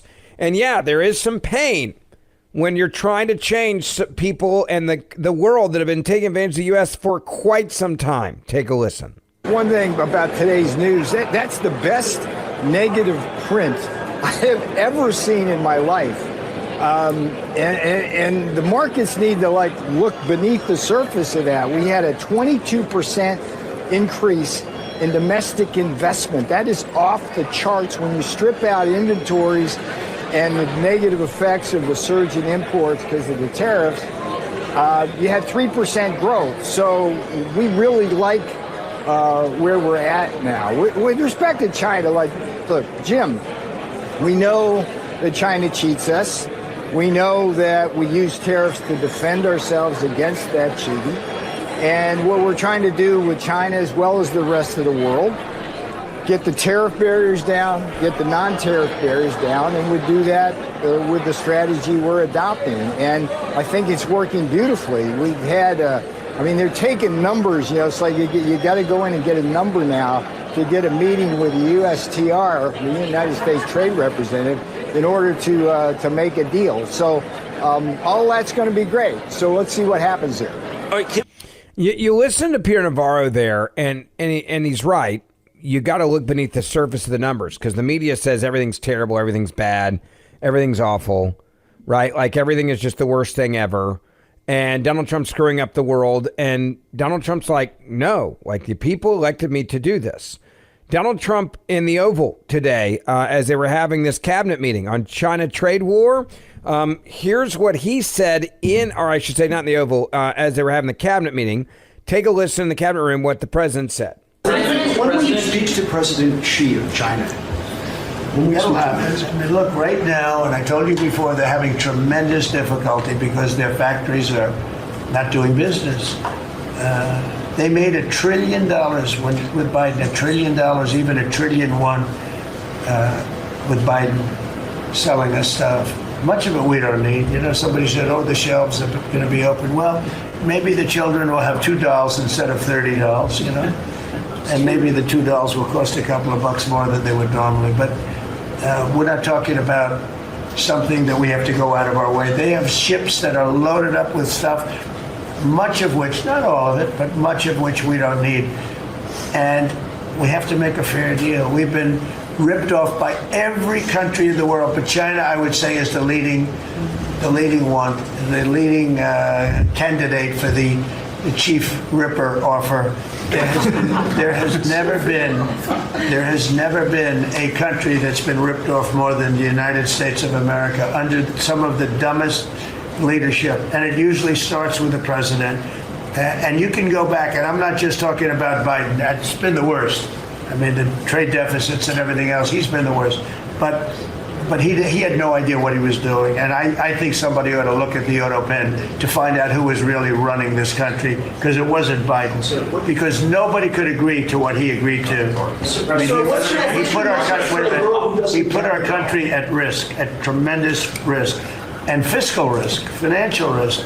So I think we have it very much. I really believe that the next 100 days is going to be even better than this. Look, I read an editorial yesterday from a group that normally wouldn't write a good, that this is the most consequential presidency in history, in the history of our country. This is not a particular group that would write that kind of an editorial, but they see what we're doing and what we had to do. And I believe if this group, not just me, if this group wasn't here, I think our country was going to be in, if it was lucky, just serious trouble, but a lot worse than that. I think our country could have been a total disaster. Bad things were happening with our country, and we've stemmed the tide, we've turned it around, but we're going to really turn it around over the next 3 years, 3.5 years, we're going to turn it around, and then hopefully it'll be in such great shape. That's my goal, to put it in such great condition that it can't be destroyed. That it can't be destroyed. Now, the question now is, are the American people going to listen to the president? Or are they going to listen to propaganda from the media? And the media is going all in to do everything they can to tell you that the sky is falling in Chicken Little. The same people that told you that Bidenomics were working and that Bidenflation wasn't real. The same people that told you that the price of gas and eggs and everything else was not that big of a deal when it was skyrocketing. Donald Trump also making it clear, hey, in the coming weeks, don't forget what I'm about to deliver to you. Tax cuts. Tax cuts are coming. And in the coming weeks, we'll pass the largest tax cuts in American history. And I think even more so, we'll be doing things for business like you've never seen before. You saw it in a little smaller version at the beginning of our last term. You know, we had the most successful 4 years that any president has ever had. The stock market was up 88%. The other markets were up almost 100%. And that's despite COVID and all the crazy things happening. But we had a tremendous 4 years. We've given credit for that, actually. But our big, beautiful bill, as I call it, our big, beautiful bill, we may name it that, actually, will include 100% expensing retroactive to January 20th. So that's all the way back to just about the beginning of the year. So expensing 1 year, you take a deduction 1 year, so you can build your factories right now, essentially almost tax-free, if you think about it. Nobody's ever been given that. And we're going to make that expensing for a 4-year period at a full 100%. So last time we made it 1 year, and you had deductions you'd do from 100% to 80 to 60 to 40 to 20 to Zippo. And now what we're going to do is we're going to keep it at that level, and we're going to have it for 4 years. So I believe that was one of the reasons that we had such unbelievable growth. Also, we allowed you to bring money. I mean, this president, if you go back to the plan, he's sticking to it. You know, when Trump said China's getting hammered right now, they're getting hammered. They're doing very poorly right now. They're getting absolutely hammered. He's not wrong. I know that China is doing very poorly right now. I just saw some reports coming out, and I don't want that to happen to China. I like the president a lot, President Xi. I don't want it to happen. I was actually saddened to hear it, but they are getting absolutely hammered in China.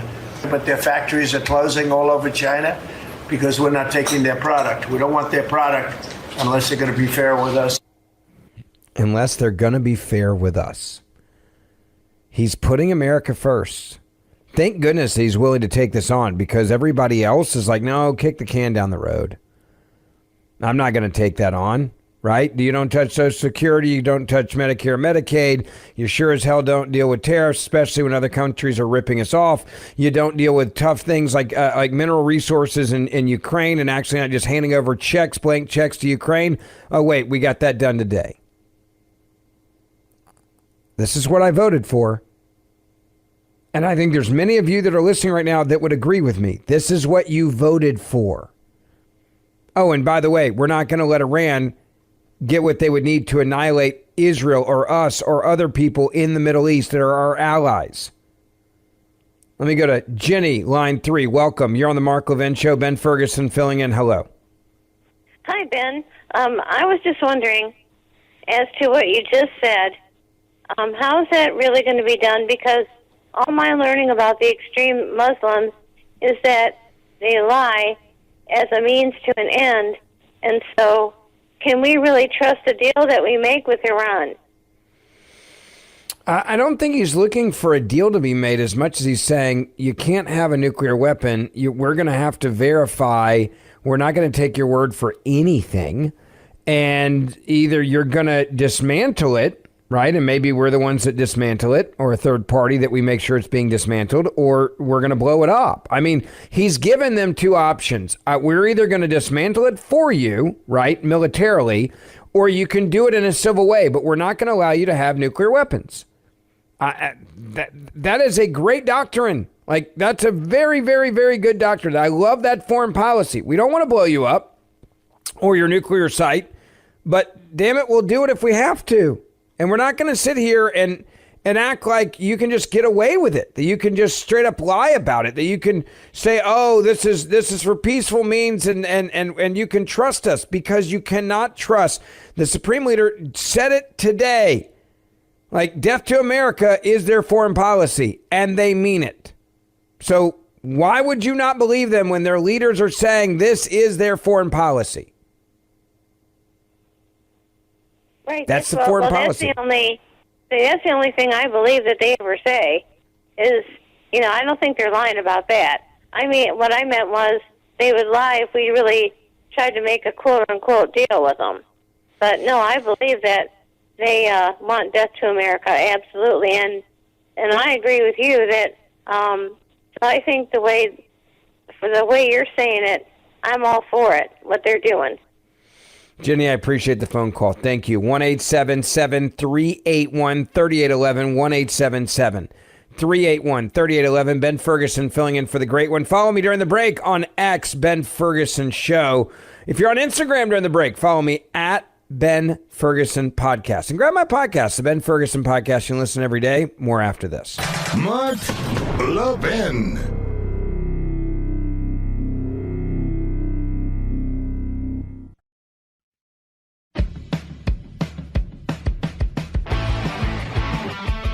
All right, welcome back. It is the Mark Levin Show. Ben Ferguson with you. So nice to have you with us. I want to get to your phone calls. 1-877-381-3811. 1-877-381-3811.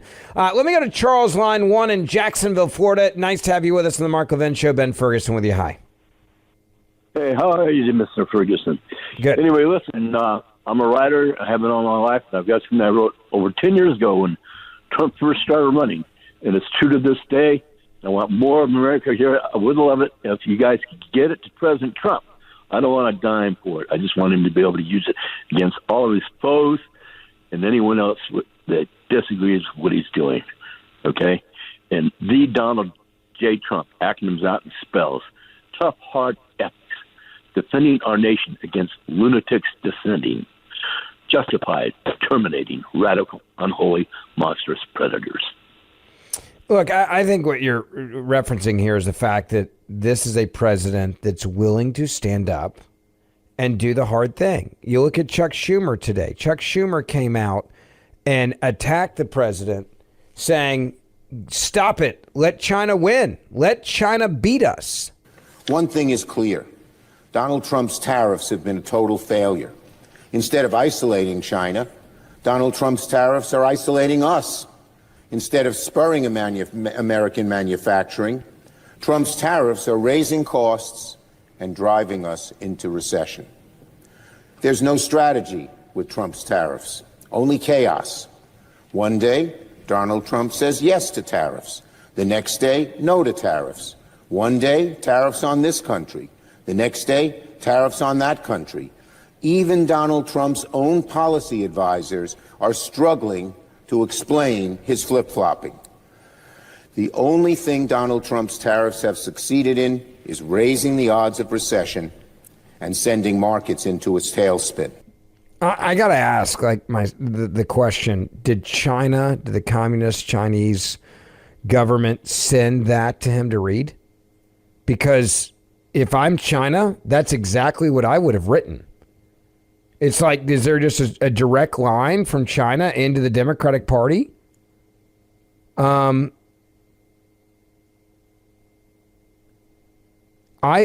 mean, I really look at these guys like Schumer. I'm like, God, you really hate America, don't you? They won't talk about China doing very poorly right now.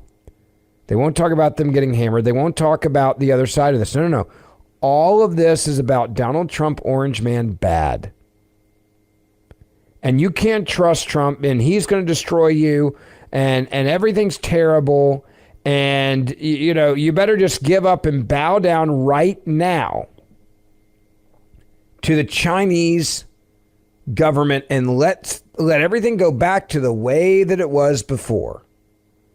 That's what we want you to do. Just straight up go back to that. By the way, Senator Adam Schiff, if you want to know what else they're doing, like the crazy stuff they're doing, they're back to wanting to grab all of your guns. Adam Schiff just put out a video a moment ago saying, hey, we're coming after every one of your guns. I'm introducing legislation to ban what they describe as all quote-unquote assault rifles. What does that mean? Almost every gun that is manufactured right now, they describe as an assault weapon. Listen. Today I will be introducing the assault weapons ban of 2025. A bill that would ban the sale, manufacture, import, and transfer of military-style assault weapons. Since 2006, there have been 486 mass shootings involving assault weapons. Hundreds and hundreds of Americans have been killed in these mass shootings. This bill is a way to attack that massive threat to our safety and security. Dianne Feinstein introduced the first assault weapons ban 31 years ago after a school shooting in Stockton, California. For 10 years, that bill had a dramatic impact on mass shootings and mass casualties. But when that expired, mass fatalities and gun shootings went up by 236%. The impact was that dramatic. It's time to pass an assault weapons ban again. It's time. I mean, it's almost like he's telling you exactly what China did to their own people, right? You can't have a gun. Oh, wait, then you can't send it to the government. Oh, wait, then we control you. Oh, wait, then we own you. You want to know whose side they're on? Sure as hell not on the side of us, or our Constitution, or the American people at all. We'll be right back.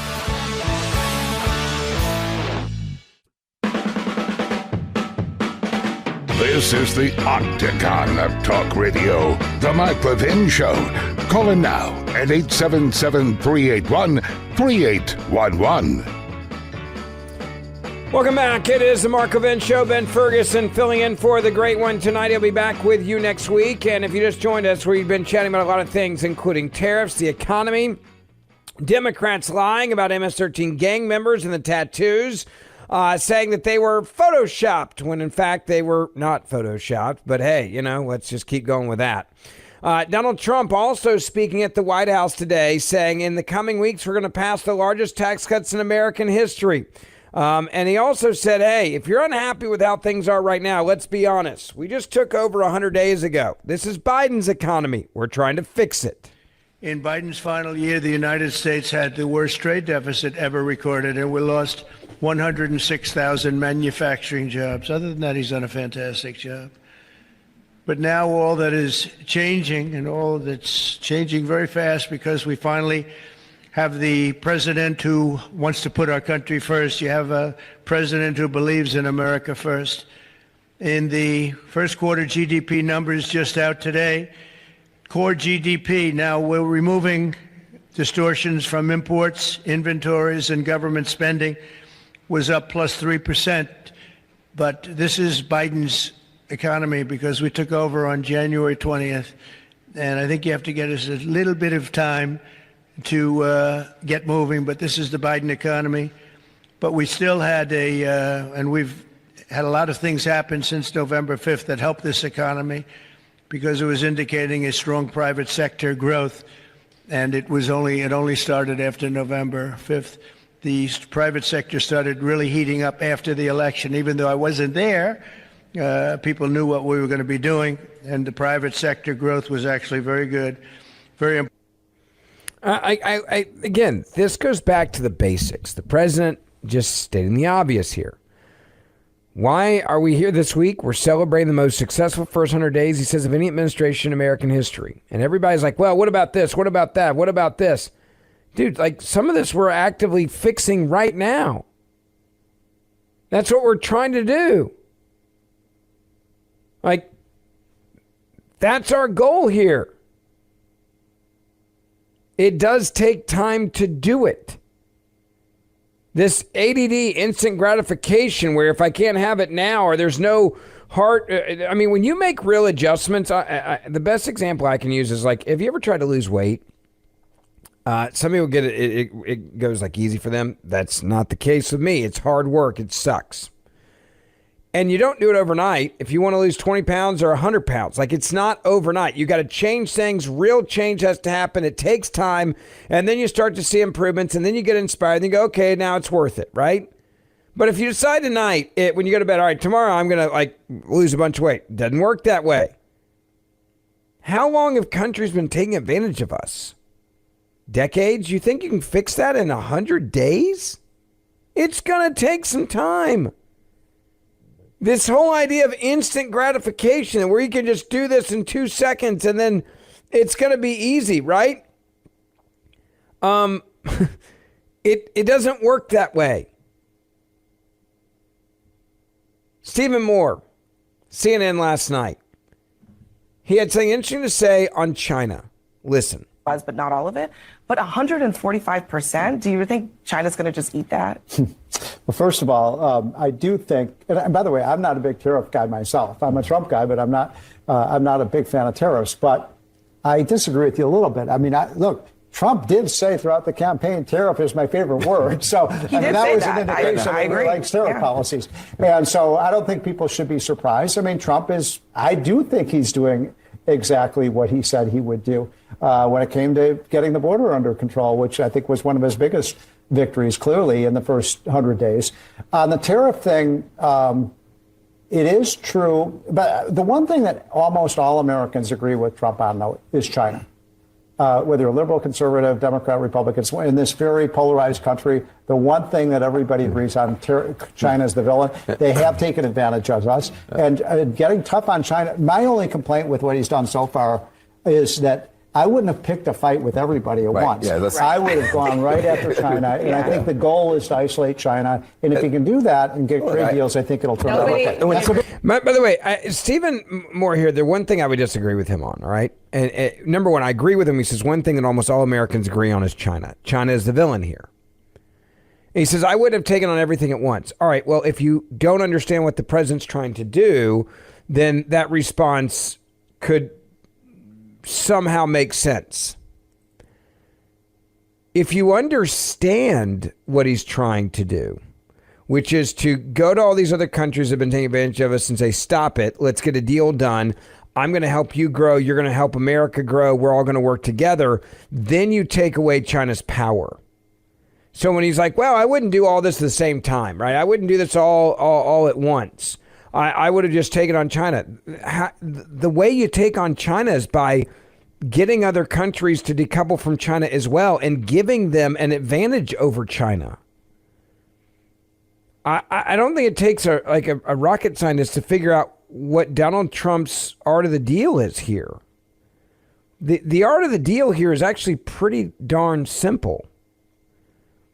The art of the deal is you get other people to have great deals with America, whether that's Vietnam or Malaysia or anywhere else, okay? And then you start working with them, and that takes away the power of China.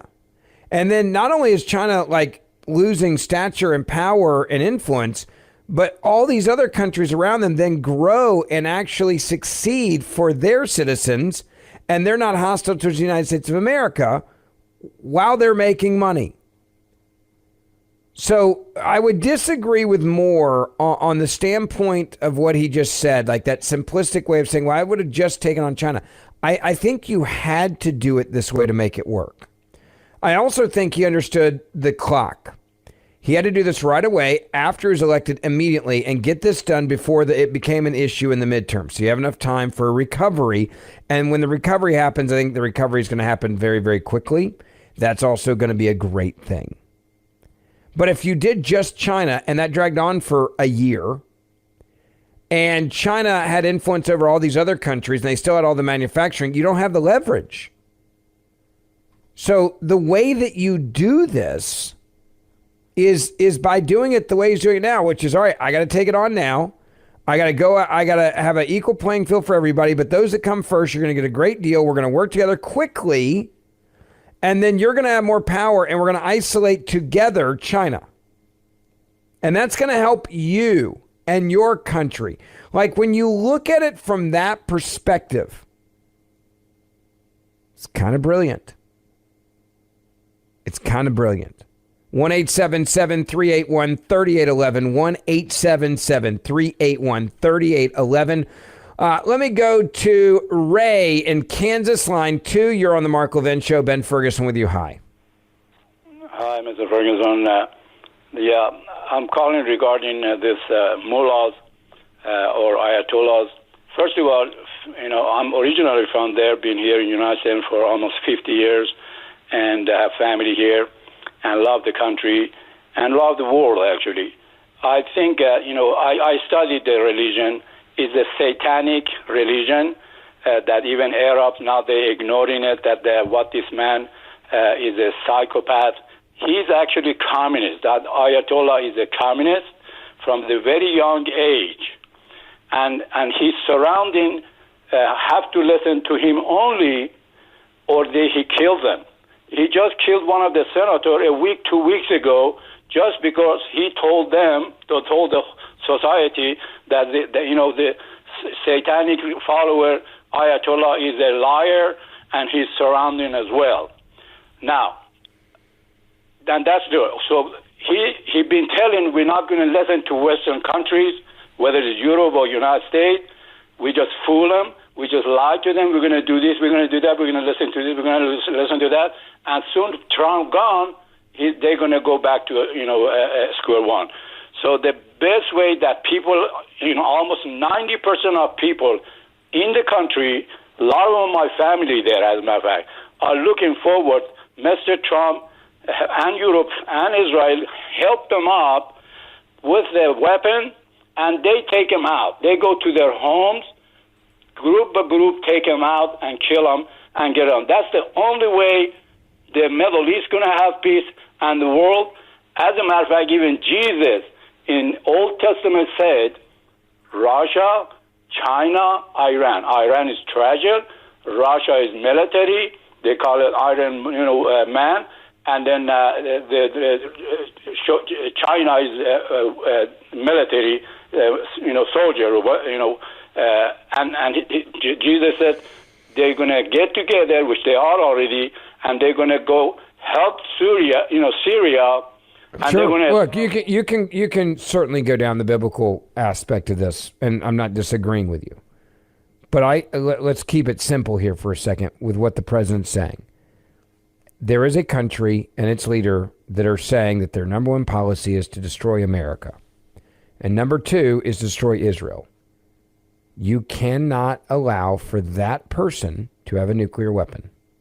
Period. When they're telling you if they have the nuclear weapon, in essence, they're going to use it, and they're going to use it on you. So you just cannot let that person have a nuclear weapon. That should not be controversial at all. In any capacity. Like that's just not, that is like 1 + 1 = 2 is how I look at that. That's how simple this is. 1-877-381-3811. Don't forget, Follow me on X at Ben Ferguson Show.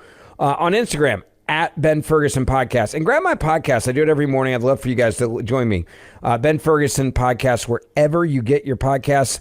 And if you love Donald Trump, you'll love my new one I do. It's called the 47 Morning Update. It's 10 to 12 minutes. The 3 biggest stories coming out of the White House. It is a short form podcast, 47 Morning Update. Grab that as well. We'll be right back. Mark Levin.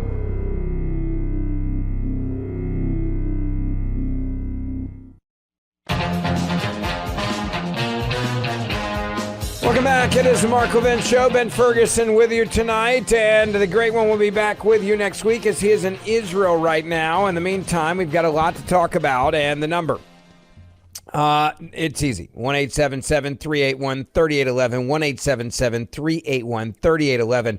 Some of you have been waiting for a while, so let me get to some of them real quick. Mike in Missouri, line 4. You're on the Mark Levin Show. Hi. Hey, Ben. I hope you're doing well this evening. I'll try to make this quick. Democrats, whenever they say Trump is destroying the economy, you never hear them say what a great economy Trump inherited when Biden left office, because they all know the economy was crap. Yeah, I can't argue with that. Adam Schiff for brains. Who is he trying to actually appeal to? Because if he thought for 1 second that legislation like that would actually pass, why didn't it pass when the Democrats had control of all 3 branches? You know, it's just he's a waste of good oxygen is what he is. But yeah, that was my main point. You never hear the Democrats say anything about Trump inheriting a great economy when Biden left office. But that's all I had to say, Ben. I hope you do well. And hold on, you know this, right? Like, why would he ever say anything like that, right? I mean, you can have it both ways, apparently all the time, 24/7. Yeah. You just make it up as you go. You lie. You tell people that the lies that you think that they want to hear. You undermine at all costs the president. And you hope for him to be a failure each and every day, which is, again, what they want at their core. They want this president to fail. And if that means Americans are hurt in the process, they don't care. They want a failure in the economy. They want a failure on foreign policy. Hell, they want a failure on national security. And don't tell me I'm wrong. Look at what they say. Listen to what they say. This is what they believe. Mike, great point. I appreciate the phone call. Bill in Illinois, you are on the Mark Levin Show. Ben Ferguson with you. Hi. Thanks for taking my call, Ben, and God bless you. I keep trying to understand why nobody seems to think that North Korea or China or, in particular, Russia wouldn't just give nuclear weapons to Iran if they haven't already. Well, one, because I think they know that we would stop them. So that's part of it. And two, it's actually pretty hard to transport secretly nuclear weapons. There's a lot of giveaways when you're dealing with nuclear weapons, so they know that as well. And look, that would be, I think, clearly an act of would be interpreted as an act of war. So you got those kind of 3 different reasons there. Okay. Well, I remember them talking in the decades ago about Russia developing small luggage-sized nuclear devices, But you got to understand, Iran doesn't want something like that. They want the mothership. Like, they want the big thing. They want the big thing that they can then say, we've got it, we're going to use it, and we can blow up Israel or have somebody blow up another country or blow up American interests, right? Like, they want us to be afraid. One of the ways it was described to me, it was actually a pretty interesting way. The way it was described was this to me. It said, look, would we go into Iraq if Iran had nuclear weapons? Would we go into Afghanistan if Iran had nuclear weapons? Probably not, because we would assume they would use them on us, which is based on what they have said. So if they get a nuclear weapon, think about how it would change so many things that we do in the Middle East. Because everything that you would be thinking about doing with your policies, am I wrong? Right? Like, seriously, am I wrong? there's a pretty good reason to believe at that point, Bill, that we probably shouldn't do this. Because if we do, think about all the American soldiers that would be put in harm's way. Even more than just going to war in general, right? Yeah, well, I hope you're right about that they don't give them to them. And I appreciate what you said, and I surely hope you're correct. And thank you for that. Thank you, sir. Good to talk to you. Let me go to Roy in Oregon. You are on the Mark Levin Show. Nice to have you with us tonight. Ben Ferguson with you. Hello. Good afternoon. Morning. How are you, sir? Go ahead. I hope you're having a really good day, because if Mark didn't like you, you wouldn't be doing what you're doing. That is very true. I'm a blessed man to be able to fill in for him, no doubt. Okay, cool. I just have one question. Roy, I hate to do it. I apologize. It's not on purpose. I'm out of time. Don't forget, you can keep up with me on social media. I'd love for you to do that. Ben Ferguson Show on X, Ben Ferguson Podcast on Instagram, Facebook, Ben Ferguson Show. And grab my podcast. I'd love to keep up with you there. The Ben Ferguson Podcast. Have a great night. God bless America.